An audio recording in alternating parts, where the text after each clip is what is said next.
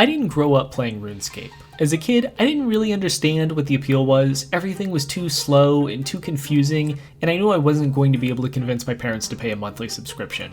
To this day, I've never really invested heavily in an MMO, be it Final Fantasy XIV or World of Warcraft. From an outsider's perspective though, RuneScape seems to be having a renaissance, as popular as it's ever been. While other big MMOs may have larger subscriber bases, the content creation community for RuneScape is at a level that I haven't seen any MMO even come close to. There's a massive number of series that people put massive amounts of effort into, embarking in challenges that I don't see anyone else attempting in any other MMO space. The mechanical depths of the game is what made me interested in this content and has finally drawn me into wanting to create a challenge series of my own. But as someone who's never played the game before, how would I even know what challenge to attempt without a basic understanding of the game? Well, my initial idea was a speedrun. It's something a little different from the chunk-based series that are wildly popular, and the rules are easy to understand. As for my target, well, let's pick a challenge that's so well known that even I know about it, getting an Inferno cape. My rules are simple. Timer starts at account creation and ends when I get the cape. This is a series that is going to take me multiple real-life weeks to finish, so let's go ahead and get straight into it. Alright, so the first choice we have to make is what game mode we want to play. Hardcore sounds the hardest, but I'll be honest, it would be the most boring. I would just never actually do combat unless I was 100% certain I wouldn't die. Adventure mode has some much more interesting decisions, and since you can still lose gear when you die, there'll still be a little bit of drama in there. As for a name...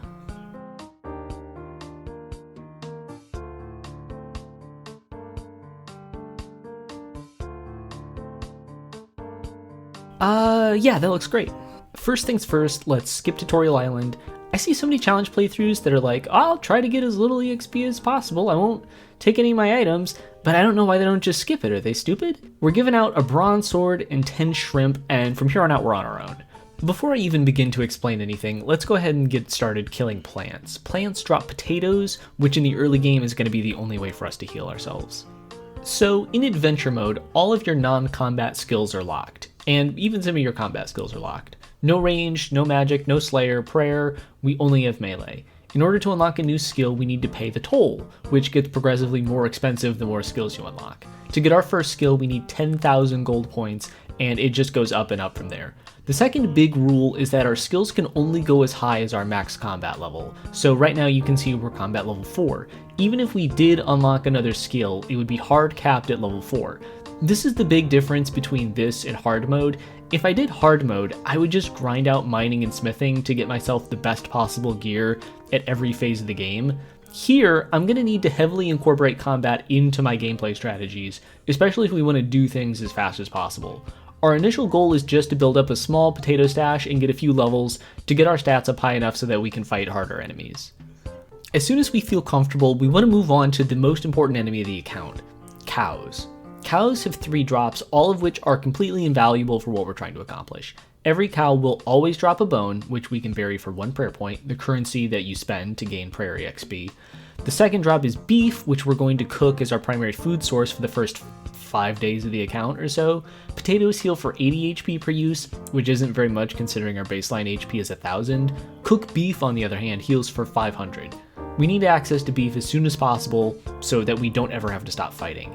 But at the rate of about 5 gold per kill, how are we ever going to hit 10,000 gold we need to unlock cooking? The answer is the final drop, cowhides. For every 1 cowhide you have, you can spend 100 gold to trade them up into a green dragon hide, which then sells for 200 gold. So essentially every cowhide is worth 100 gold. We only need 100 hide to afford cooking. This is a very good moneymaker for the beginning of the game, and we're going to be using this strategy for a long time. Alright, now that we've got our 10,000 gold pieces, it's time to purchase the first skill of the game, which is obviously cooking. I was interested in this challenge mostly because I've seen a lot of different people suggest various skilling routes for normal play, but I think cooking has to be the first purchase anyone makes. It seems non-negotiable. How much you're able to fight is based on how much you can heal, and you need to be fighting constantly in order to increase your level cap. From here on out though, we have some actual interesting decisions to make. I think it's worth talking about right now one of my big philosophies for this run and the reason why I'm going to be doing some of the things I'm doing. The Inferno is a hard dungeon, and we're going to need both gear and stats to succeed. In the early game, normally what you would do in a non-adventure mode run is to just craft all your own gear. As soon as you're able to equip the next tier up, you just go and craft whatever it is you need.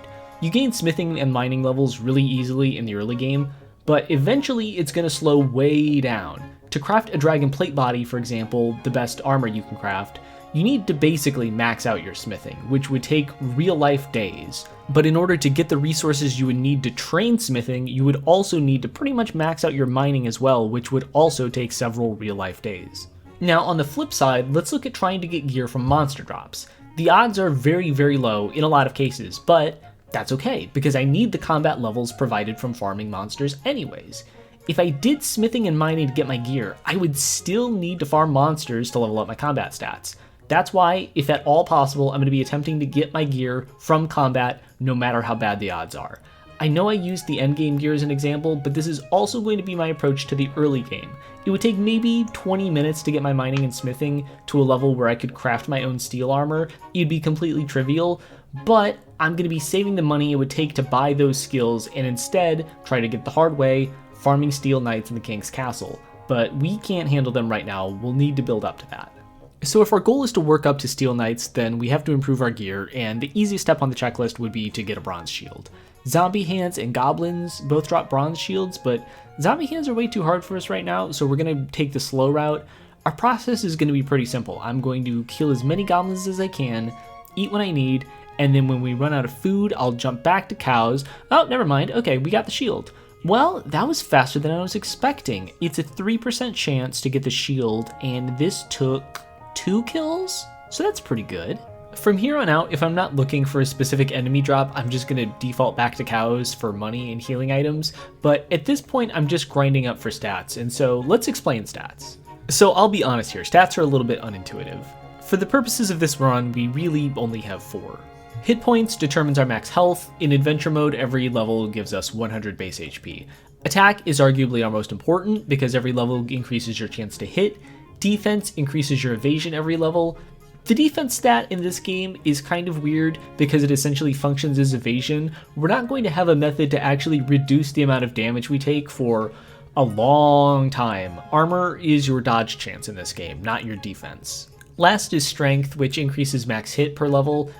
This is the least important stat, simply because your kill speed is going to be more heavily influenced by your accuracy rather than how much damage you're doing. Our actual combat level, the number restricting how high our other skills can go, is kind of like an amalgamation of all 4 of these skills. There's a somewhat complicated mathematical formula you can use to figure out your combat level, which I'll display on screen now. I'll be honest though, I don't ever really use any of this information or ever plug my own numbers into the formula.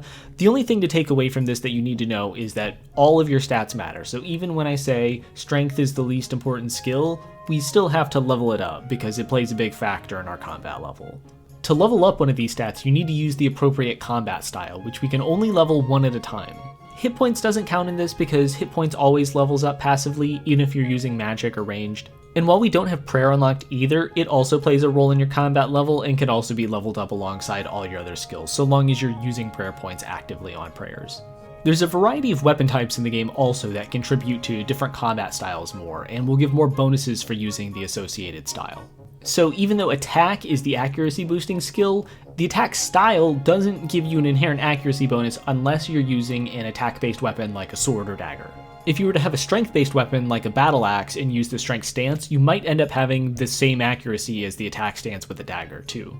What this means for us practically is that we want to have a few different weapons so that we can train each combat style most efficiently. So now that our stats look nice and well-rounded, with a little bit more defense to try and save us on healing supplies, we're going to start out our combat grind for gear. The zombie has a chance to drop both bronze and iron armor, but at combat level 23, he's got a 60% chance to hit us, and we only have a 50% chance to hit him, so we're going to lose a lot of resources fighting that guy. Our other option is we could completely skip iron and bronze and go straight to steel with the knight. The King's Castle is going to be a really important location for us here. You can see the variance in our stats. With stab, we have a 70% chance to hit with the sword, but I'm willing to drop these numbers a little bit to use block in order to drop the knight's accuracy to 30%. That's going to allow us to stay here for much longer without needing to leave. I actually instantly get lucky here with a helmet drop that gives us 3% more evasion, and then boots immediately afterwards with 2 more, so he's down to a 25% chance to hit. My next big drop I got here was the steel sword, which is a really good damage bonus for us, and so there's only actually 2 items left we need from him, the plate legs and the chest plate. but those are also the 2 lowest rate drops on the table. The chestplate only has a 1% drop, so this grind could take a while.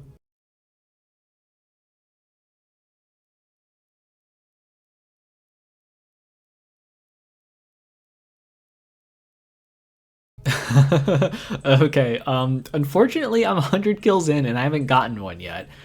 Here we demonstrate a new complication, and it's that the loot drop area can only actually hold 100 items at a time. Bones stack, but nothing else stacks.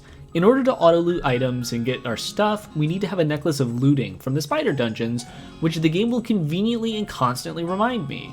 That's going to be a long way off though. The spider dungeon is not easy. The reason that this is a big issue is because at some point, I'm gonna need to go to sleep, and I will not be able to pick up loot during that time. So any cow killing I do overnight is gonna be sort of wasted, since the drops are just gonna be deleted after 30 minutes anyways when the loot table fills up. Because remember, this is a real-time speedrun, so when I'm sleeping overnight, the clock is still going. As it currently stands, we can't really farm monster drops overnight at all, and that's a situation we want to fix, and so the looting amulet is going to be one of our #1 priorities. Okay, 119 kill count and we got the steel plate body. It's hard to be too mad about that. We were right around the drop percentage, 1 in 100. So now that we've got the full equipment set, we don't need to be here anymore. Back to cows. Cows just have everything we need: EXP, money, healing, but our next goal is to get enough money to unlock a new skill. Okay, second leather grind is over. It's been around an hour or so. It's been an hour. We now have enough money to unlock a second skill. This one is not that surprising. We're gonna buy Slayer. Slayer is another skill leveled through combat, so since we're going to have to be doing so much combat, we want to be using our time efficiently. Slayer works as follows: you're randomly assigned an enemy to kill. Killing that enemy grants both Slayer EXP and Slayer coins, which you can use to buy special items. Around half the enemies in this game require Slayer to access, and so we need to get our Slayer level up in order to unlock those enemies and the items that they drop. If you get assigned a Slayer task that you don't have access to, or you just can't kill them, or you just think it would be a pain and want someone else, you can spend coins to reroll your Slayer target. But if you're fighting an easy tier enemy, you can reroll infinitely for free. So from here on out, if I'm fighting cows, I'm going to constantly refresh so I get cows as my Slayer task. You can buy some interesting things from the Slayer shop with the coins you earn, but I really don't need that many. The main purchase here are the items that allow us to access new Slayer zones. Because of that, it's really not worth it for me to try out normal or hard tasks for more efficient coin gathering. It's better for me to just reroll on cows so I can gather the leather, sell that, and then also just happen to get the Slayer EXP on the side. I do need a fair number of Slayer levels, however, which we'll partially get from cows, but can also be gotten from killing any enemy in a Slayer locked zone. It'll be a few real life days before I move on from cows, but once I do, I can switch to training against any Slayer zone enemy to get those levels. The Slayer enemies have great drop tables, which is our main reason for unlocking this skill, but for now, it's back to cows. So in the process of rerolling Slayer tasks, I got assigned a Black Knight, and I figured I might as well try it out. Unfortunately, after checking the drop rates on the equipment here, it's way lower than Steel Gear, so I don't think I'm going to actually spend any significant amount of time trying to farm here. I'm gonna take these boots and go back to cows, I think. Alright, it's been a while since my last check-in. I've actually made back all of our money. We're up to 25k again. Slayer's up to a level 11, that's going nicely. We're sitting on a pretty decent backlog of food. Cows basically can't hurt me anymore, and so any cow I kill is basically straight profit. I'm looking around the drop tables, and I know Black Knights had pretty bad drops, but Mithril Knights actually seem pretty normal. I know that the pants and chestplate are low percentage drops, but now that I've rolled a Slayer task for Mithril Knights, I'm only a few combat levels below them. I've got plenty of food. I think I'm gonna extend this task and just see what happens. Just see if we can get anything good. Well, I feel like that was exactly what I expected. No plate mail, no pants, but every other item we got. This is going to be a pretty good survivability increase for when we want to try a more difficult enemy with a little bit more reliable drops. A big source of loot I've been eyeing is the first dungeon here, the Undead Graveyard. Dungeons are gauntlets of several enemies, usually with a boss at the end, and defeating all of them in a row gives you a chest and then also some gold. The big benefit of this early game is that chests are directly put into your inventory, no looting amulet required. The first 7 enemies in this dungeon have been totally doable, but the boss here, unfortunately, is out of our league. He's got a 60% chance to hit me. I'm at 35. I'm just going to use up way too much food during this process. We're going back to cows, I think. If I get a randomized Mithril Knight task, I'll take it, but otherwise it's back to cows. Well, I have just about finished this mithril task and I found the pants. The pants and chest plate both provide the most stats per item, thus why it's so rare. But this is a very nice find. Not enough to do anything I wasn't able to do before this, but every single gear upgrade reduces the amount of food I need to cook, which is very nice for me. With the gear and food I currently have, I think it's possible for me to venture out into some slightly more difficult combat zones. I accepted a task for moist monsters, knowing they could drop this, the Amulet of Strength. It's going to give any strength-based weapon we have a nice accuracy boost, which is good for 2 of our combat stances actually, since battle axes are also good for defense training. You can upgrade this with 100 amulets, but I'm not going to farm nearly that much. I've also decided to accept a mummy task, and these guys drop strength ammies also, but the big item I want here is the gold topaz ring. This isn't actually any good in and of itself, but it gives you a very tiny chance to drop a Sigint ring half, which would be insane for this account, but will probably not happen. However, in your statistics screen, you can see how many times a Sigint ring would have dropped and you missed it. And if I see that number there, I'm going to want to explode. So it'll be nice to just have it so I hopefully won't miss it if it happens. Well, that being said though, everyone, I've got difficult news for you all. This is the end of day 1. It is just about 12:30 a.m. and I am going to go to sleep.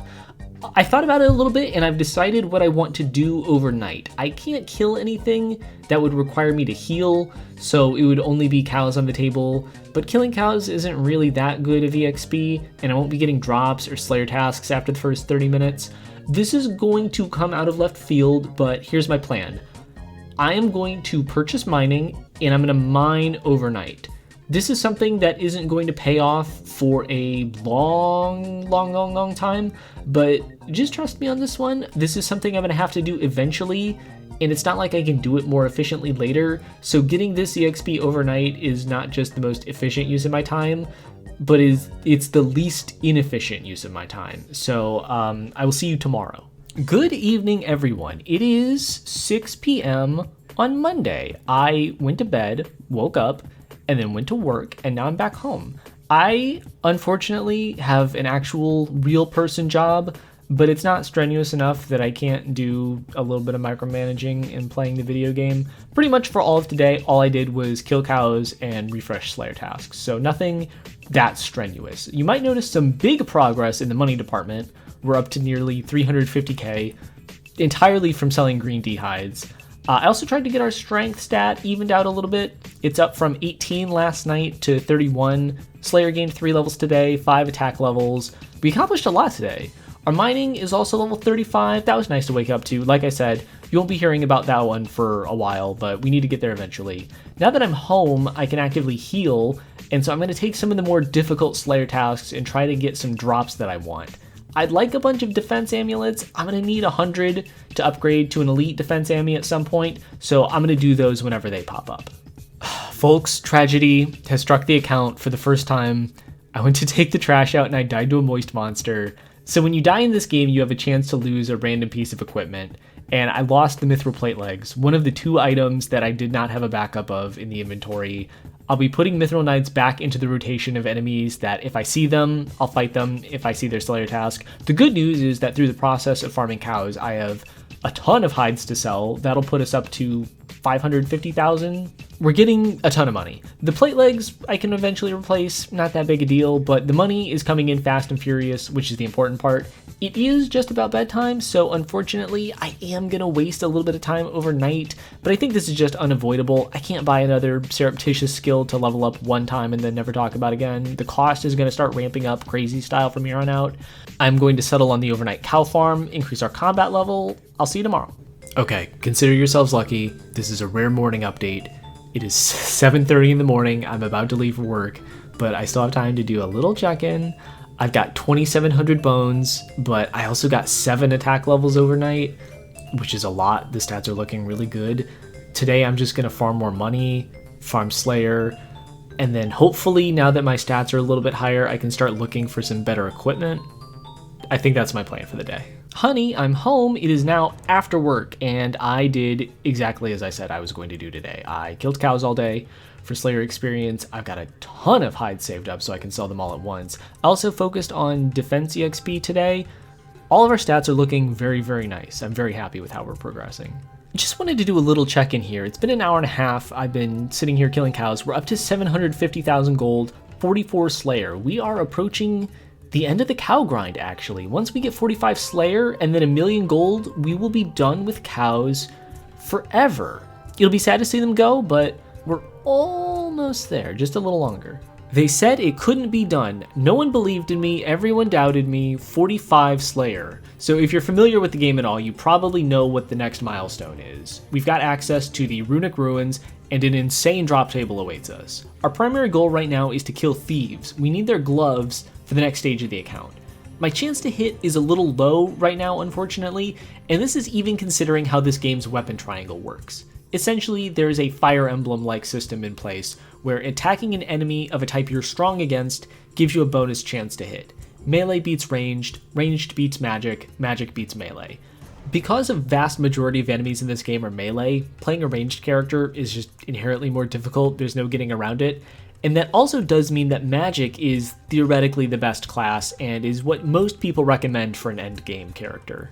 But we are going to be sticking with melee for a few reasons. Each combat style has their own associated equipment, and mage armor gives really poor defense against melee enemies, so basically you're a glass cannon. You deal insane damage, but you also take a ton of damage. You can offset this with food, sure, but the other issue is that casting spells costs runes. First, you need to mine runestone, and then use the rune crafting skill to convert them into the appropriate runes. We do have mining unlocked, but rune crafting would be yet another skill to unlock, and we would also need to spend a bunch of time gathering more food for healing in addition to the runes. Melee is not the best combat style, but it's the safest and it's the fastest, and we mostly care about the speed. I mention this now because the thieves are ranged enemies, so our low hit rate is even after factoring that into the equation. We need to farm some more stats. Okay, yeah, I'm 35 kills deep in the thief grind, and this is taking up a ton of food. I have to heal constantly. I think I am going to go back to cows until I'm stronger and I've got a better chance to hit against these guys. I just need to be able to kill them faster. It is Tuesday night, and here we are, 1,000,000 gold just from killing cows. We could use this to unlock some skills, but instead I am going to use this money to unlock an insane quality of life function. I'm unlocking Auto Eat. This is going to allow me to heal automatically without needing to micromanage and push the button constantly, which is going to be so nice for me, personally. It means I don't have to pay attention constantly to the video game. You don't heal for as much as you normally would until we unlock higher tiers, but for now this'll do. I actually planned for the overnight this time. I saved up a bunch of beef so we can cook it overnight and then collect it in the morning. Ladies and gentlemen, a second disaster has hit the account. My internet went out last night around midnight, and so I said, I'll just go to bed in that case. So I saved the game and quit, and when I loaded it back up at work, I realized that the game had said that it cloud saved, but the internet was out, so it never actually went to the cloud, and so my phone has an outdated save file on it. I don't know how long it took to finish cooking all 7,000 steaks, but after that, all that time is gone, so we now have to make up for it. We could go back to thieves, but they were beating me kind of badly, so I think it's time that we upgraded gear again. We could fight Adamant Knights for gear, but the drop rates are a little low, and they're in the combat level 69, nice. But they also hurt very, very bad, and so the alternative I've decided on then is to try going to the dungeon for drops. The ideal would be the spider dungeon for auto loot, but the final boss is just not doable yet at these stats and with this gear, so the next best thing is going to be zombie dungeon, where we can get chest drops for upgraded armor. The chests are auto-deposited into the inventory as well, so no need to worry about that.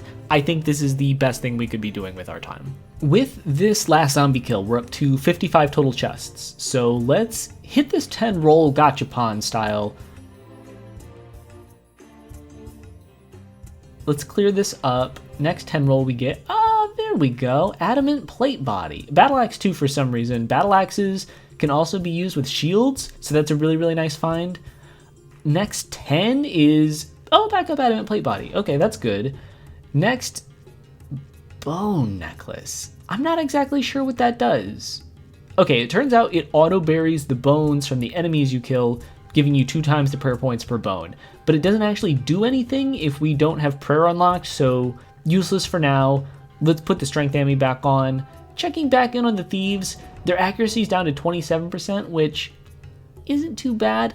I'm going to check in on adamant knights to see if I can secure any drops. It turns out I've scored some insane drops. I've got the boots, helm, scimitar. The obsidian cape is a crazy drop. This increases your defense values even more based on your defense skill. Just these 3 items brings the knight's accuracy from 30% to 22%.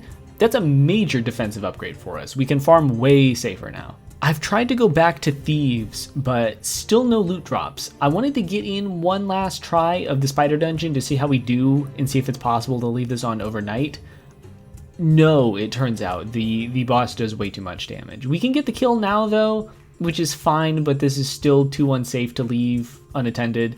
Since we'll be losing out on the loot, I'm going to farm overnight on vampires. These give me a lot of EXP that I need. They're ranged units, so my chance to hit is higher, their chance to hit is lower. That'll offset the 10% accuracy loss for this Slayer zone.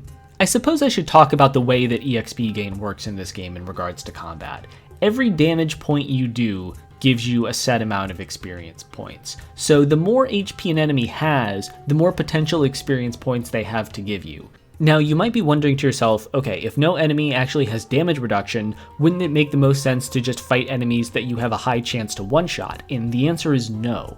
In between every enemy kill, you have a several second window where you have to wait. Several seconds doesn't sound like a lot, but over the course of this entire playthrough, where we're going to be killing literally thousands and thousands of enemies, that time is going to rack up very quickly. So instead what you want to do is fight an enemy with the highest amount of max HP so they have the most EXP to give you per enemy in order to minimize your wait time. And then from there you can balance things like your chance to hit versus the enemy's chance to hit. If we fought cows overnight, we would be spending more time waiting than we would actually fighting cows. Vampires have way higher base HP, but they're also easy enough to kill. Alright, second rare morning update. I gained 5 defense levels overnight, and then also 2 Slayer just from killing the vampires. I didn't do any tasks, just from killing the vampires in the Slayer zone. I got the EXP. Today, all I'm gonna do is kill thieves, I think. Pray for the gloves drop. It's not like it's wasted time if I don't get the drop, because we still need the combat levels anyways. I mean, we can't even do the spider dungeon right now. There's no way we're going to be able to do the fire cave at this rate. So this isn't wasted time. The drops will be nice, but we still need that combat EXP anyways. So thieves all day. Fellas, I have good news about today. Thursday afternoon we're at now, and today we got the drop. Thieves gloves, here they are. 150 bonus GP from killing monsters, from stealing, and then 50 bonus stealth, the big thing we want.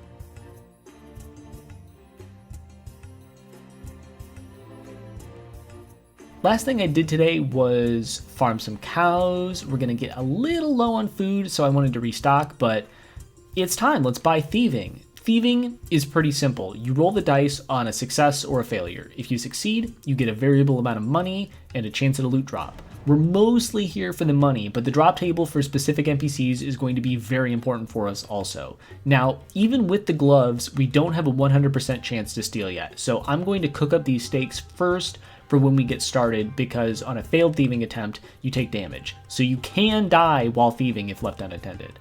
Auto eat works here too though, so as long as we have enough food, we're fine. I do believe 500 stakes is enough. Let's do this. Thanks to the gloves, we start at a baseline 70% chance of success, and that success rate is only going to go up as we level up the skill and the mastery level. I haven't mentioned mastery level yet because it hasn't really been a factor, so let's explain what that is now. Pretty much every individual action you can take and skill you can level up involves a mastery level. So, for example, every target we can steal from has their own individual mastery level. Every food item we can cook has its own individual mastery level. There's a mastery level for every ore we can mine, for every piece of equipment you can craft. Increasing the mastery level of a specific task basically gives you one of 3 things. A greater chance of success, a chance of not using the resource required to make an item, or double the item you're making. Cooking the steaks at the beginning had a chance to fail, but by now we've cooked so many, the mastery level is high enough that we never fail. Likewise, for the man, the thieving odds start at 70%, but as we increase the mastery level, it'll go up. Now, stealing from any target will increase our total thieving level, but only stealing from the man will increase the man's mastery level. This means that every time we pick a new target, our odds are going to be really low, but then they'll build back up gradually as we increase the mastery. Thieving is going to be the longest skill we're going to be intentionally grinding. A few of the skills might get up pretty high just in the course of gameplay, but thieving we need to go all the way to level 88, which I think won't be too bad compared to how slow some other skills could be. Don't get me wrong though, it's still going to be a long grind, but it's one we have to do. An evening of thieving, and we've already arrived at level 37. It is now sleepy bedtime, so let's make a quick little change here. We could keep stealing from the man, or maybe even upgrade to woman, but we're going to go with goblin here. The odds are notably worse, but the EXP payout is like double, so once the odds increase, we'll still be earning EXP twice as fast. We don't actually want anything from the man either, no special drops from him, so the goblin is the most efficient EXP boost. Still have plenty of stake, we'll hammer this out, see you tomorrow. Thieving Recap Friday. Ignore this. My haul for the day. I got the Chapeau Noir, which is a chance to double your item drops from both combat and thieving, which is kind of nice. We don't really have anything else that goes in the head slot for while we're skilling, so we might as well equip this. The drop rate on this is insane though, 1 in 20,000 odds I think it is, so really lucky for us. I also got the sneakers, which give us bonus stealth. Coin Purse is a shield that gives 10% more gold, which is very good because we're trying to farm up the 20k GP for the next level of auto eat while we're thieving, so this will help us out a lot. We did some stealing against bandits who have some nice sellable items, but unfortunately I used up a lot of food on that run, so we need to do some cooking to supply us for the next round. We're up to 56 thieving though in just a day, which is very fast. So yeah, we're gonna cook this up and we'll keep going. Bing bong, cooking intermission. I have enough food that I'm ready to go onto the next tier of target. This is going to be our main mark for the rest of the grind probably, the fisherman. As you probably guessed, you can steal fish from him, meaning I won't have to do any fishing anymore when I run out of food, so this is not just good EXP but also a big time saver. I'm going to go back and let this run. Well... You might notice that I'm out of food at the top of my screen. The fisherman odds did not go up as high or as quickly as I was hoping, and I appear to have died while I took a nap, and I lost the one item in my inventory that I really would have preferred not to lose, because now my thieving odds are back down. It's Friday night now, and I'm probably gonna have to spend most of Saturday getting these gloves back. This isn't a huge deal. I'll need the combat levels anyways, and all of Saturday and Sunday I can micromanage, so it's not that bad, but this does suck very bad for me. So now that the gloves are gone, I can't steal fish, really. So I considered killing cows for beef and cooking that, but I have changed my mind. I'm going to pivot here a little bit. This might seem like a rage purchase, but I promise this was part of the plan all along. I am going to buy fishing. We're gonna need this long term, but now that we have a bunch of money, it's a safe buy. This doesn't put us in the hole at all. We still have 4 mil in our cash stack. This will be way better than buying beef, but also is going to give us access to an end game cooking option way later on that we won't be able to get from fishermen. In addition to one other secret item, which I will discuss in my master plan later. So yeah, I'm gonna skill up as much as I can, and then we'll let this go overnight. The great thing about fishing is that it's very useful to just let it run overnight where you can't die and don't need to hit any buttons. Good Saturday 2 p.m. morning. We were fishing lobster all night and have around 2,500 to cook through. I'll be honest, I'm probably gonna cook every single one of these guys. Hey, I'm back. I cooked every single one of these guys. It is time to make some big decisions. Firstly, let's open some of these treasure chests. We really want a fishing amulet from these, which would increase our fishing speed by 15%. That'd be a massive boost for us. And it's nothing. Okay, cool. So since I am unkillable with the 2,500 lobsters, it is time to farm, but let us buy prayer. Prayer is going to give us access to a huge number of passive combat buffs at the cost of prayer points. You can bury bones to gather prayer points. So let's bury everything we've got. 14,000 bones, that's a really good amount. These little assassin guys drop bones, so I'm going to equip the bone totem necklace that auto-buries your bones for 2 points instead of 1 to help maintain the prayer points. We're going to run a deficit, don't get me wrong, but this will definitely stretch the process out a little bit. Alright, it has been 6 hours since my last check-in, and we have finally gotten the gloves back. We used 1,500 of our lobsters, which certainly feels bad, but what can you do? Didn't really have a choice. Our prayer got up to level 26, and now we have improved reflexes, which boosts our accuracy by 20%. So I just want to keep doing combat since it's Saturday, and Saturdays are safe for me to micromanage combat. But I'm not sure exactly what to do. Option 1 is we kill Rune Knights for armor upgrades. Let's try to kill one here real quick. Yeah, okay, this is too slow. I don't really think this is going to be a viable option for now. Let's try how some of the dungeons go. We've sort of exhausted the drop table of the graveyard, but the spider dungeon still has plenty to do, including the Amulet of Looting. These guys mostly seem fine. Yeah, this is fine. Let's see how the boss goes. Yeah, boss seems farmable. Let's go with this for a while.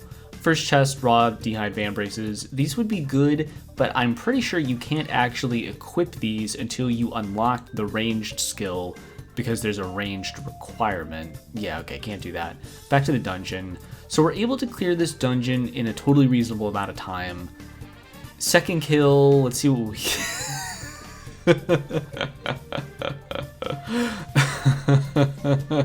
Okay, that is certainly a nice compensation for how long it took to get the gloves the first time. Oh my god. The odds of this are very, very low. This is clear number 2. Well, dang.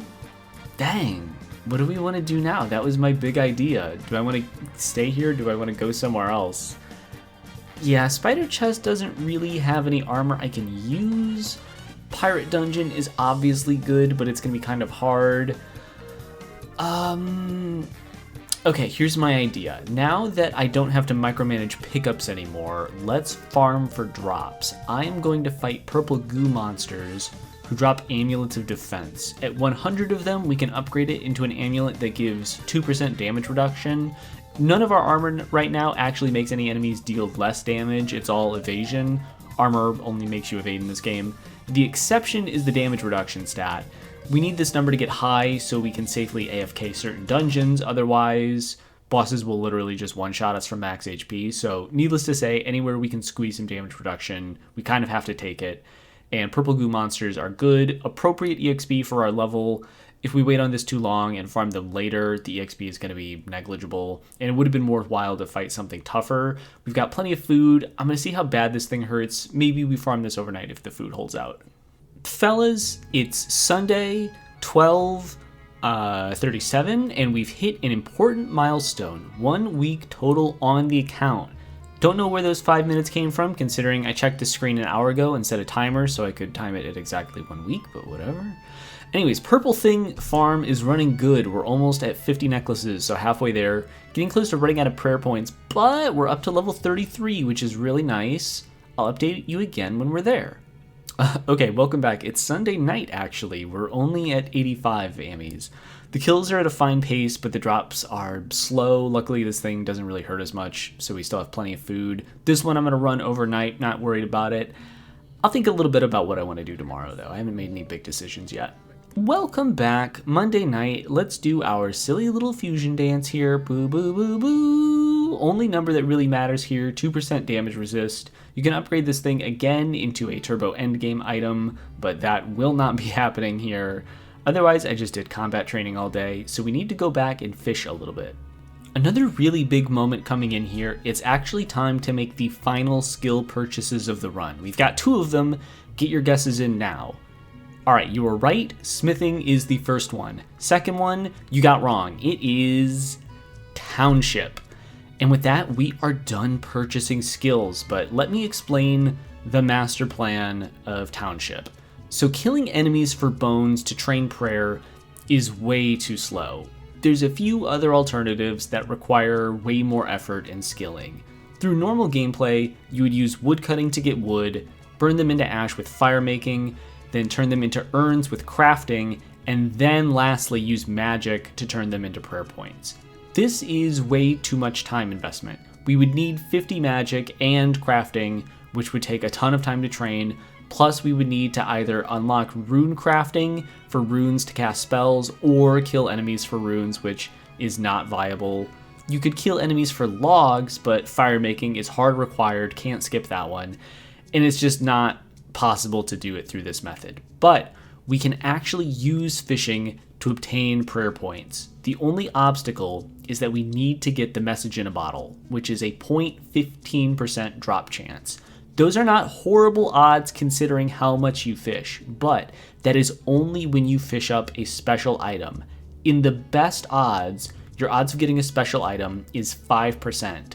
So we have a 0.000075 chance of getting the message in a bottle when we fish. Those are painfully low odds. So by unlocking Township, I can also unlock tasks, which are basically fetch quests. The devs realized the odds on the message in a bottle were kind of wacky, so they added a bundle where you can get the bottle by turning in a fishing amulet, a chapeau noir, and 5 bobby pockets. I've got 2 of these items, I just need to farm up the chests for a fishing amulet.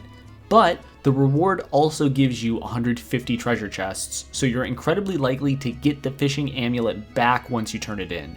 So the goal for now is to farm chests for our amulet, trade it in, and then fish for prayer points. So I'm going to be stealing from the fishermen, again, using all this cooking I just did. 3 hours into the farm, I have not gotten it yet. Wanted to mention some other benefits of the farming I'm doing here. We're getting a lot of swordfish, which are the best fish we can get for a long time. We're also still securing a ton of money. We spent several million on the skills, remember, but we're still at 14 million, and at 20 million, I can buy the final tier of Auto Eat. After that, though, we're actually kind of done with money. Weird to say, normally Township and bank slots are your major money sinks in the game, and we don't really engage with either of those. We're going to continue to let this run all night. I will be back tomorrow. Welcome Wednesday. Bottle obtained. I got the fishing ammy and then opened enough chests to get 5 more from the rewards. Traded them in, obviously. We can now catch raw skeleton fish. Each fish is worth 3 prayer points. As you can see, I've got 10k prayer points. So this is what we're kind of going to do from here on out. We farm up the skeleton fish, bury them, and then grind until we run out. So as far as my master plan goes, I think it's time to reveal the rest of it. Catching the prayer fish was the end of my plan. I have no idea how this is going to work. I haven't talked about the main challenge of this run yet, so seeing as we just had one very long strategy explanation, here's another. One of the requirements to unlock the Inferno cave is to complete the fire cave 100 times. So I've mentioned that I'm functionally invincible with Auto Eat, and that is only partially true. Auto Eat triggers when your health falls below the 30% mark. So as long as no enemy is able to deal more than 30% of my max health in a single attack, I am unkillable as long as I have food. Most enemies can't do this, but the boss of the fire cave can.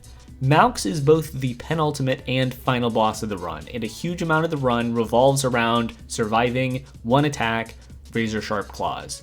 This deals 5,200 damage twice in a row.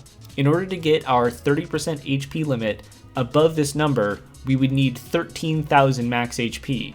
Since you gain 100 HP per level, and the max level is 99, this is impossible. I've mentioned that the only armor stat that matters for us is damage reduction, and this is why. We need to get our damage reduction high enough to survive this attack.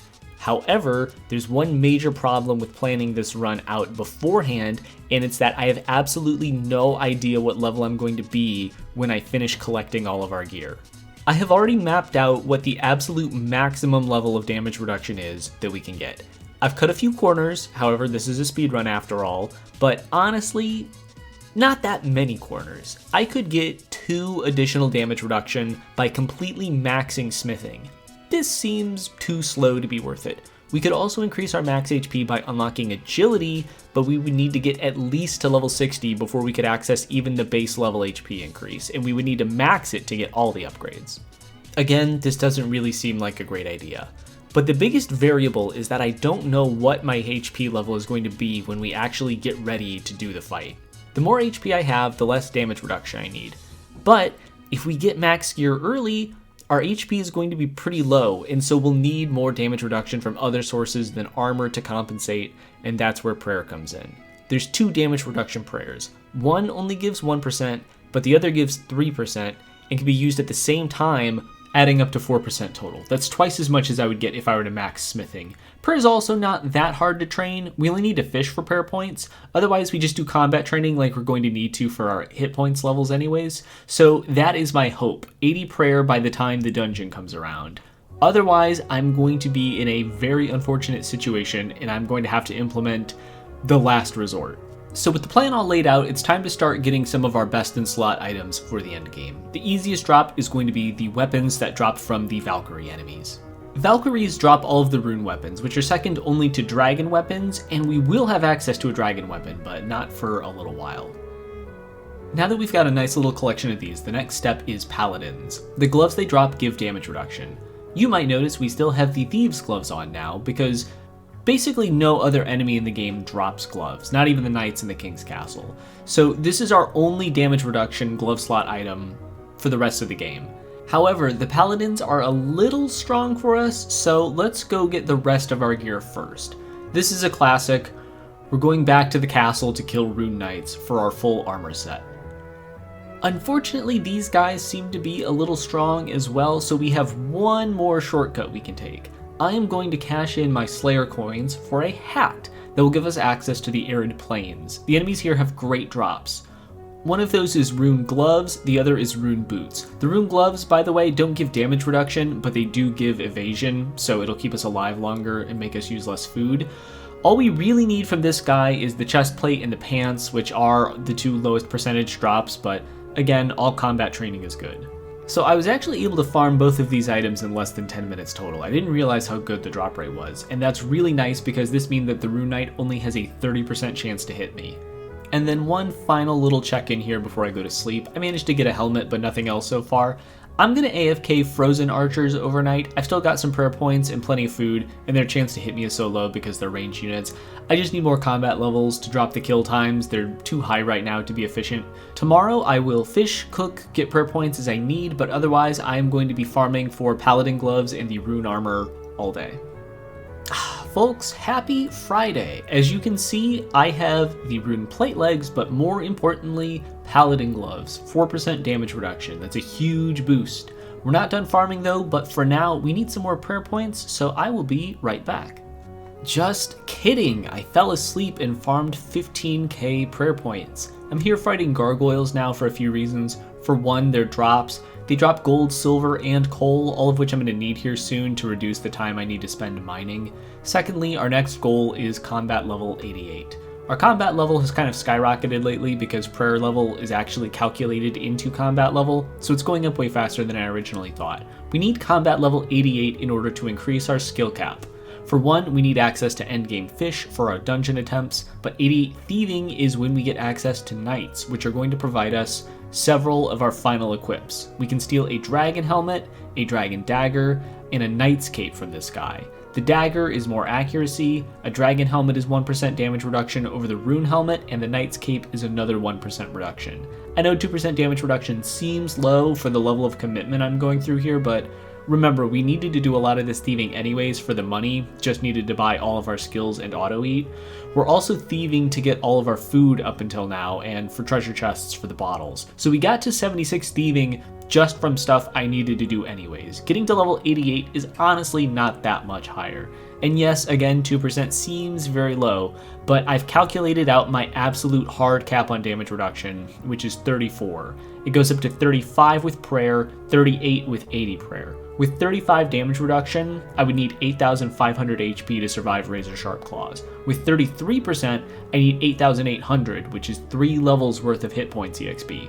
Training the thieving is way faster than getting 3 HP levels, especially in the high 80s. So this session is going to go past Friday into Saturday, so this is where I'll be for the next 5 combat levels. We have just hit 2 important milestones. 1, combat level 88. 2, we are now 2 weeks into the account. It is 12:30 on Sunday. I switched to vampires overnight because they're ranged enemies, so they're faster kills. But now that we're here, it is time to pivot into thieving. This one is going to take a while, but this is the big final skill grind of the run. It's kind of crazy, but we're actually almost done with the run. It's nice to be here, but it's also a little worrying because we're reaching best in slot for almost all of our armor slots, so soon we're going to be hard capped on damage reduction, and I'm only at level 72 hit points, which is nowhere close to breaking even on the levels required to auto-eat through the fire caves, which is making me really worried about the last resort. But let's willingly ignore those thoughts. For now, we're going to be getting some cash here, there'll be plenty of fish to cook, and thieving EXP. I'll be back with a progress report soon. Hey, I'm back with a progress report. It's Monday evening now, and we're at level 82. Progress is definitely a little slower than I was hoping, but we're getting there. I'm just gonna keep at it. Otherwise, I've just been thieving, cooking, nothing else to report. Well, it's Tuesday night now. We are at level 86. I've also leveled cooking somewhat significantly due to how much food I've had to cook to get me through this run. We started at 75, we're at 80 now, so I guess a lot of these 3 days has gone to that as well. Unfortunately, bad news is that I'm probably going to hit level 88 at work tomorrow off camera, so hopefully by the time I return, it'll be with all 3 of the equipment pieces I want. I'm back with all of the items I want. Helmet, cloak, dagger, it is all here. The cloak was surprisingly easy to get. You can see my mastery on this guy is only level 10 and I got all the drops. If I were smart, I would have stolen from the squire more in training, but it all worked out in the end, so it doesn't matter, I was right. So with all of this gear, now comes time for our smithing and mining farm. None of our base armor actually give damage reduction in its current form. We need to upgrade it using silver and gold. That's the reason we unlocked mining and smithing, not for actually crafting any of the gear. Hey, it's me, from the future. What you are hopefully seeing right now is a montage of me reaching the smithing and mining levels required to smelt gold ore with about level 35 in each. I decided to record the entire process just to show off something I talked about way at the beginning of the video at this point. When I talked about adventure mode being slightly more fun than hardcore mode, I mentioned that if I were doing hardcore, I would just never do combat if it wasn't safe. On the flip side, I think about this run and how every little gear upgrade is a major accomplishment. Even getting steel armor took like a ton of effort. The amount of prep work it takes to be able to move on to the next tier of armored knights has made things way more exciting. And I just wanted to show off what it would look like if I could have just created my own gear this whole time. The entire clip is 21 minutes long. That's how long it takes for me to reach 35 smithing. That's enough to make steel gear, which took me 5 hours to get at the beginning of this run. In 4 levels, I could have made mithril. Mithril armor lasted me from hour 5 to day 4. Could have blasted past that in less than half an hour. You could easily get full rune armor in less than a day. So yeah, just wanted to sort of show off how silly a normal run of this game might look and why when I was designing this challenge run, I wanted to make it in adventure mode. Okay, we've farmed up enough gold and silver to fully upgrade our gear. Only at max level does armor actually start to give damage reduction, so if you thought the evasion we were getting up until this point was nice, we're about to become way more survivable. I was only really willing to do this upgrading now that we finalized our armor, but this is as high as we're going to get unless we get lucky in the 100 fire caves grind. That being said, we are missing a single piece of gear. We still need a rune shield. We've got 26 damage reduction, the shield will bring us to 31, so it's something we need. That being said, it is Wednesday night at 1 a.m., so tomorrow we will have the rune shield as well as plenty of food and prayer points for our final grind session.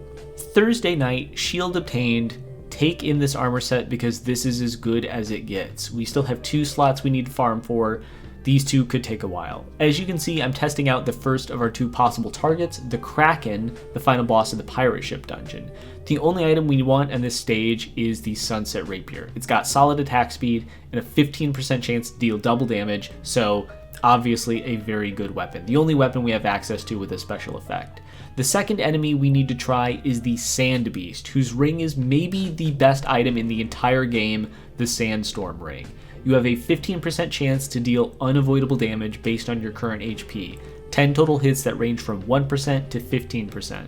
With our current HP, that's 1 to 1080 damage, which is really solid. Assuming average damage, that's 5000 damage for the entire channel. The downside is that you do have to channel it. You can auto-eat during the cast, but manually eating will cancel the skill. The big thing here though is that this is unavoidable. I'll straight up say this run would not be possible without this item. Your accuracy is way too low. If we ever lost this ring, we would be forced to farm another one. That being said, the beast does seem to be going down kind of slow, so I am going to go for the Kraken first, and then we'll come back to this one once we're a little stronger and have a much better weapon. Well, it's only been a few hours and I'm about to go to bed, so I will roll our gashapon we've collected for the night. We have 35 chests, but like I said, only one item that matters, the rapier. And nothing. Okay, well, gonna farm this out overnight and then all day tomorrow as well. Ooh, it is 2 a.m. Friday night, Saturday morning, 50 more chests, still nothing. I farmed all day and all night. I haven't been saving chests because I would rather have the weapon ASAP than build up like 200 over the course of the day so I can open them on camera, but another full day of farming coming up tomorrow. Hey, good morning, I just woke up, still nothing. I opened them already and then forgot to hit record. Can we see how many of these dungeons I've done? No, okay, I can see I've done 378 dungeon runs total. I would wager at least 300 of them are pirate dungeon. Gonna farm this one all day today too. So I just got this pet. It's 2 a.m. Saturday night.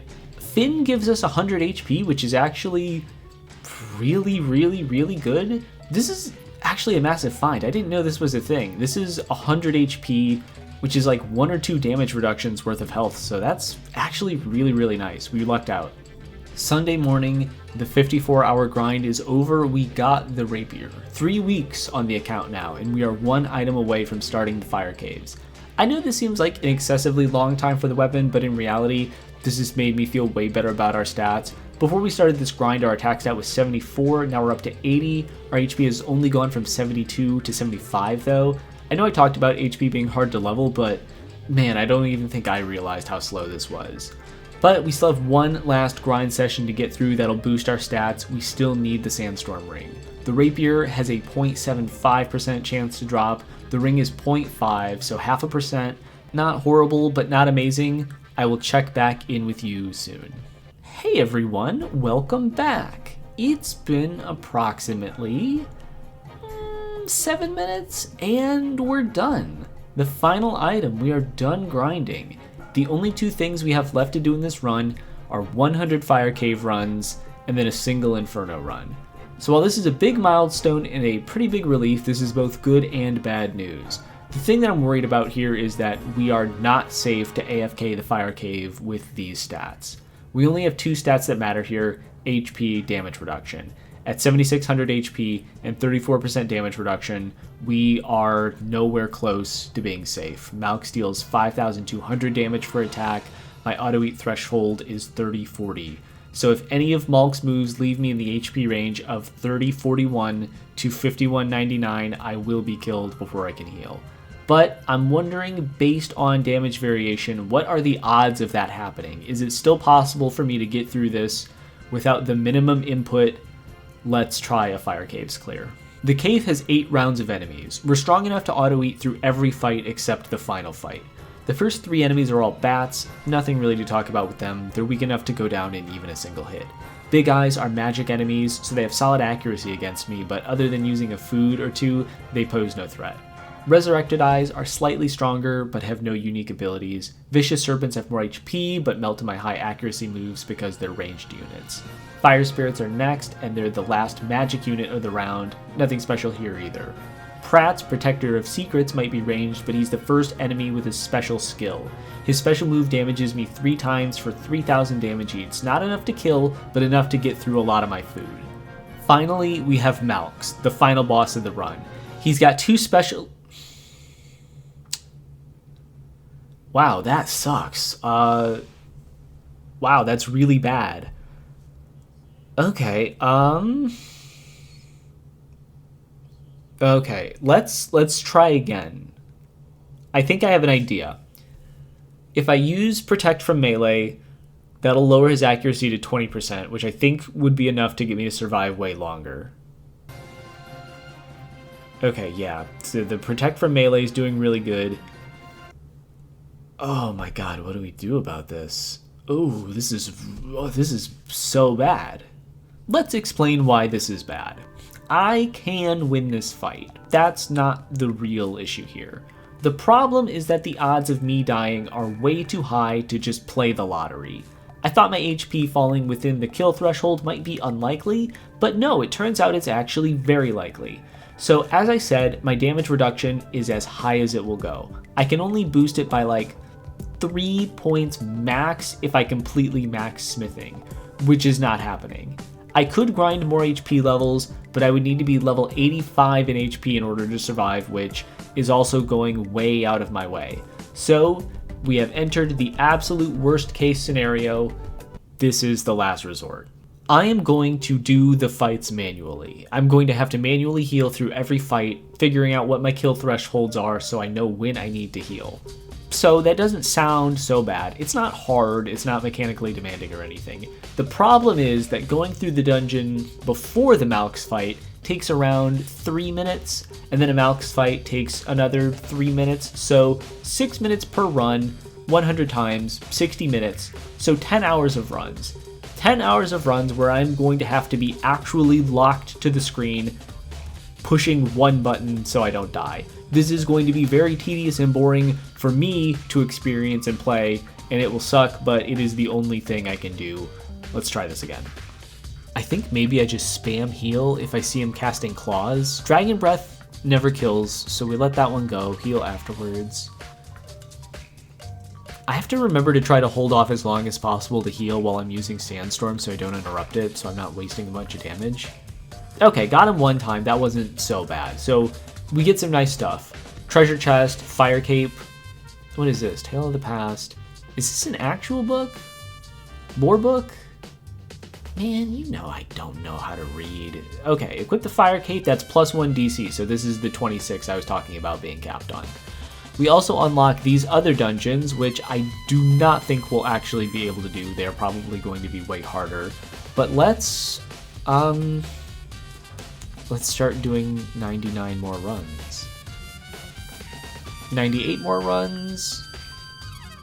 Okay, it's actually getting late. I would rather go to bed than stare at the computer and do more runs. So my healing is getting drained very, very fast. I think my plan for tonight and tomorrow is to fish as much as possible, then cook them during the day so I can resume runs tomorrow night. I use like 200 crabs per fight, so I only have like 10 runs worth of food left. There's no way I'm going to be able to do runs at work. It is way too micro-intensive for way too long. I'm going to have to kindly donate all my free time over the next 2 days or so to doing this.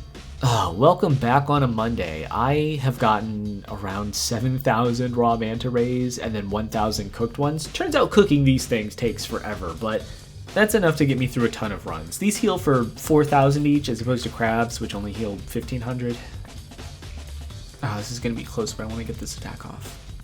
Oh, I was in kill range. Oops. Oh, okay, well, stealing a new hat won't be hard, but I am going to have to get enough gold and silver to upgrade it. I'll be right back.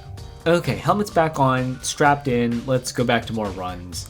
I think I have to play way more safely. I think maybe if I'm missing any health at all, I blast back to full, and the only time I don't heal is if I see Fire Breath, since that can't possibly kill me. Yeah, here we go. This one was clean. I definitely need to get more reliable at this, though. I can't be dying literally every other attempt.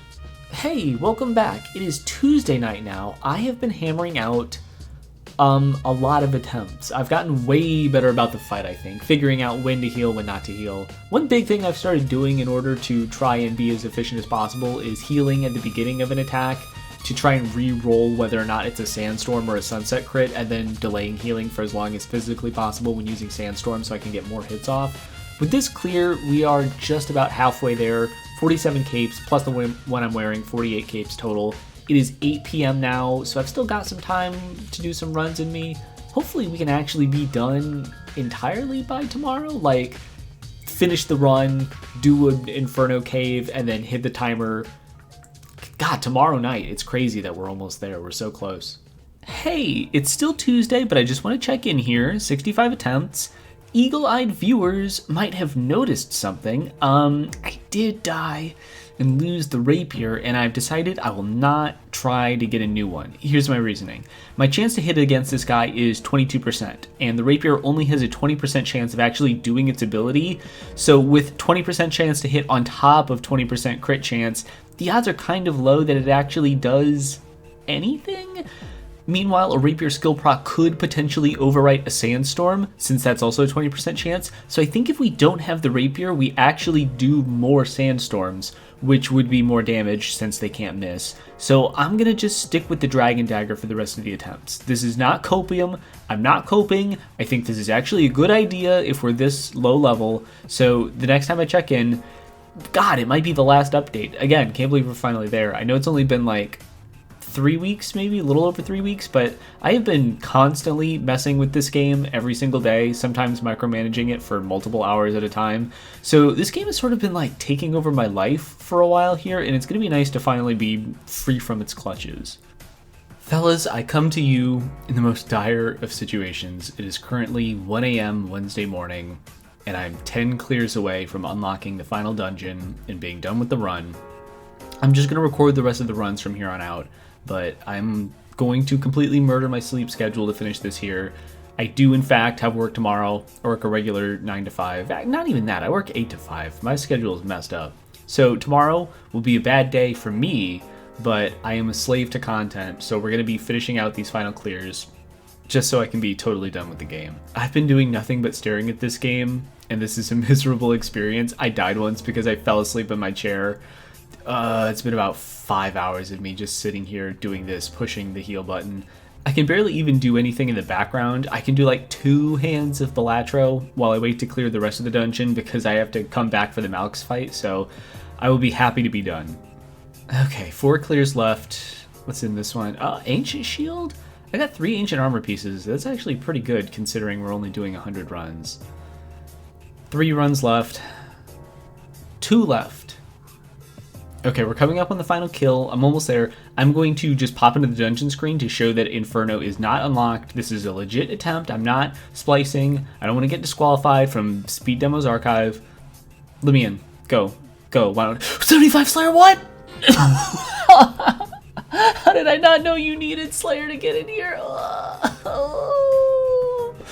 Level 62. I'm level 62. I need 75. I can't believe I didn't look this up. Oh my god, what do I do? Do I just fight thieves, I guess? Oh god, I gotta go like pace back and forth in my living room for 5 minutes or something. Oh, how am I gonna spin this for the video so I don't look like an idiot? Oh my god.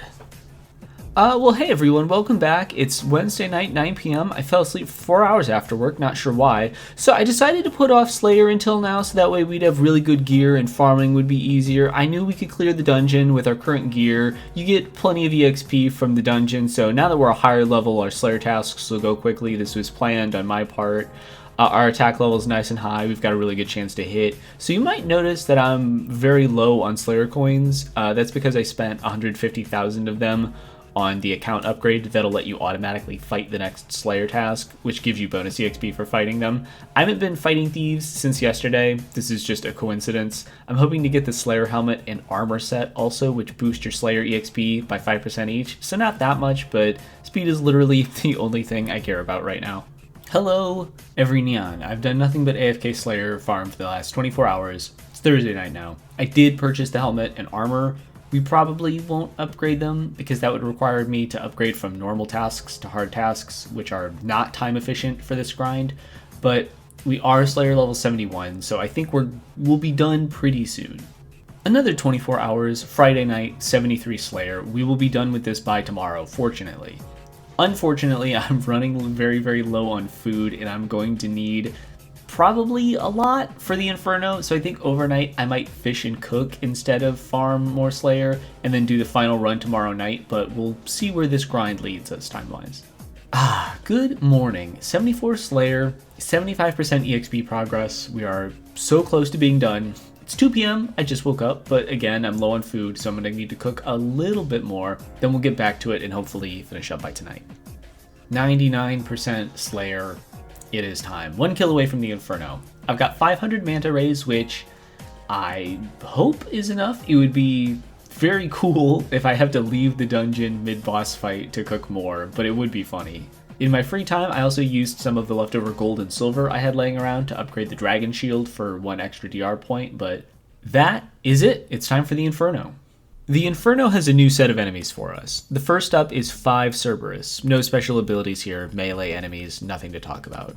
Fearful Eyes are magic users, but are otherwise unremarkable. We have to fight 4 of these in a row. Red Devils are next. Again, no abilities on these guys, but they do take a long time to kill with up to 16k HP. Only a 17% chance to hit me though, so they don't really drain my food. 3 of those, and now we're on to the real enemy of the dungeon run, the Phoenix. Casts magic, so it can hurt me pretty bad and waste my food. Luckily, I can offset this with the Protect from Magic Prayer, which reduces its accuracy to 20%. The big issue here is its special ability, which gives it a 40% chance to respawn when killed. This can proc after every single death, meaning you could theoretically have to fight this guy an unlimited number of times if you get really unlucky. Having high prayer here is really important for me, so I don't drain a ton of my food. Luckily, in this run, the first Phoenix and the second Phoenix both go down on the first kill. The Insidious has an unavoidable attack that has a chance to cause burn, draining my HP. Luckily, neither this nor his basic attack can kill, so worst case scenario is I eat a little bit of food. Prats is back in a new upgraded form, however with the same skills. He would be terrifying for a mage character, but for us, his max hit can't get a kill on us, and with Protect from range, his accuracy means that we only used about 30 food total getting through this entire dungeon. Final boss is Malx once again. He's got 4 moves. Tail Whip deals damage and burns. The Tail Whip itself cannot kill, but the burn can put me in range of death from a follow-up attack. Penetrating Claws is basically an upgraded version of his last move. Hits twice, insane damage. This move can kill, so if I see it coming, I need to spam heal, because if I'm missing even just a couple hundred HP, it could end the run. Inferno is an upgraded Fire Breath, totally safe, you can auto-eat through this, but you also need to heal afterwards or be put in kill range. Finally, Sealing. This is an attack that causes stun, meaning we can't attack for 2 turns after he uses it, which can be really annoying for interrupting our primary source of damage, Sandstorm. Okay, here we go. This shouldn't be that bad, right? The moves are pretty similar to the first round, I think, but I don't really have a sense of what the thresholds are like, so I don't exactly know when to heal. Oh my god, he killed me from that high? Ooh, I feel like I was almost full. He can't kill me from full health, can he? Okay, let's just try again. What if we just try again? That was kill range? This seems crazy. Am I missing something? I feel like I'm missing something. Do I need to do research or something? I feel like I need to look up something. Okay, I have an idea. I'm gonna do something really quick here in the meantime. So it's been a few hours and I've done a little bit of learning. I found out that the fight is definitely doable. The problem is just that my kill threshold is so thin that I genuinely think I need to be at full health just to survive Penetrating Claws. Anything lower is unsafe. I did spend a little bit of time upgrading my Ancient Chestplate for an additional 2 damage reduction, which actually does give me some more wiggle room. I was surprised by the actual numbers. I don't think farming for the helmet is worth it for only +1, but I genuinely think that I can do this. I just need to play it comically safe. So safe you would think I was doing like a gag or a bit. This dungeon run has made me realize a problem that is very, very funny. So I'm on the second Phoenix enemy, right? I've been killing this one enemy for no exaggeration, 10 minutes.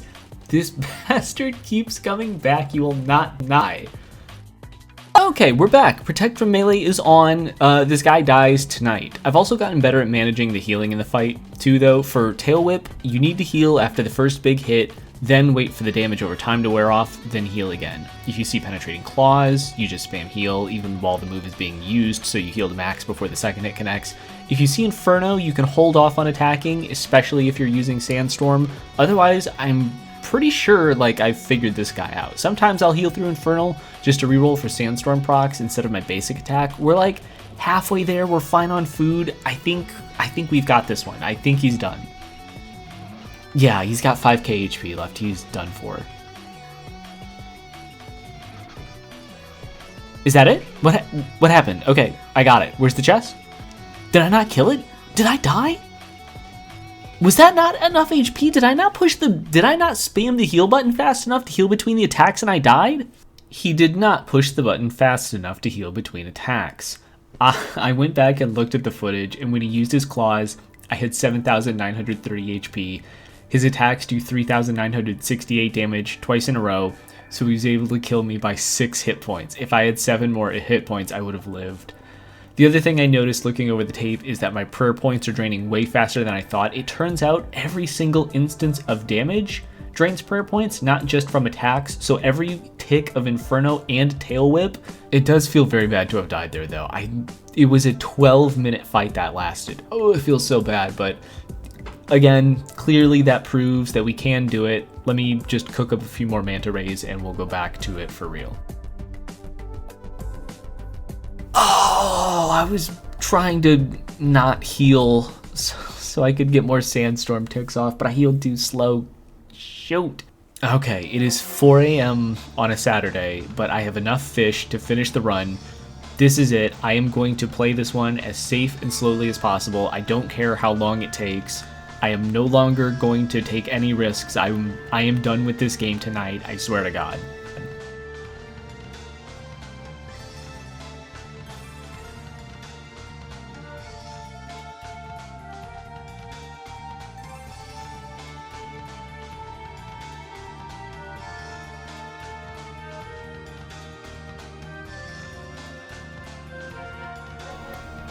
I've already used like 100 manta rays on this guy and he's only a third of the way dead. I really hope I do not get bad luck and have to back out of here. I will be so mad.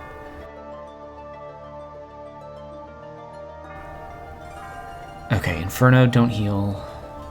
Tail Whip, first hit, wait, heal again. Tail Whip, heal. Okay, Inferno, don't heal.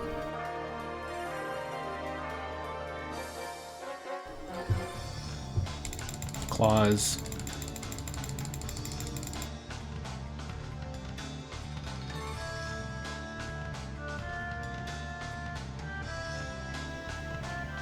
God, casting Sandstorm when you see that he's using Inferno, this has got to be what crack feels like.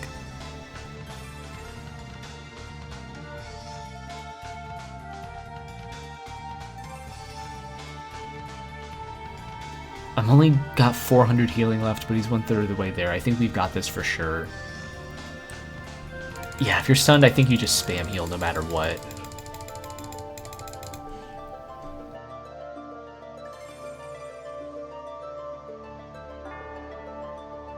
Every Sandstorm deals like 2,000 damage. We're so close.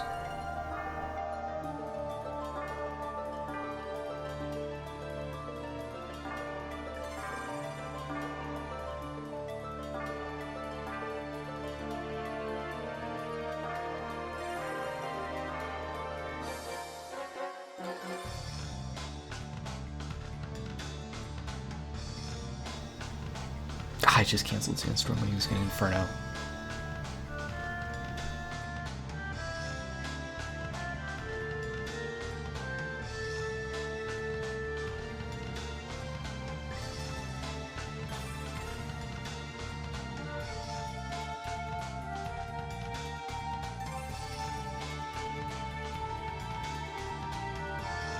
Okay, he's messed up. He's just shit his last pair of pants. It's over. This one's over.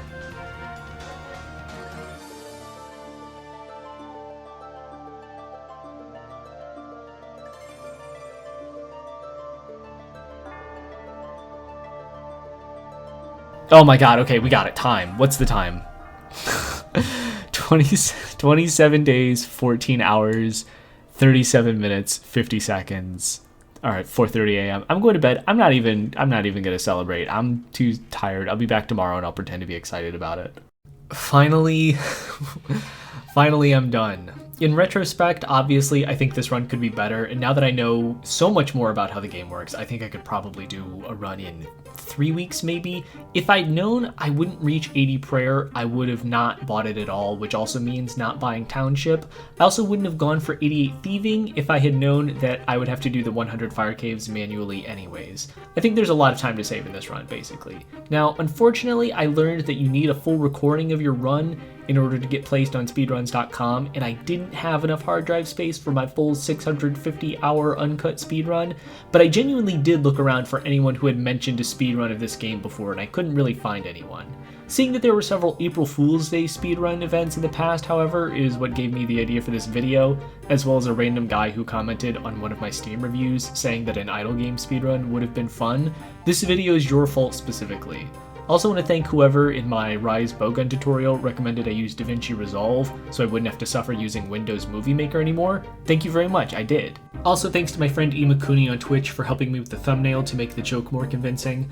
I've got 2 other videos cooking right now. One is incredibly long that I've been working on since November, and another one that I'm currently working on that I would love to be finished sometime within May, neither of which are related to RuneScape. So unfortunately, if you were hoping that this would be my pivot into Ultimate Iron Man challenges, I'm sorry to disappoint you, but thank you for watching regardless.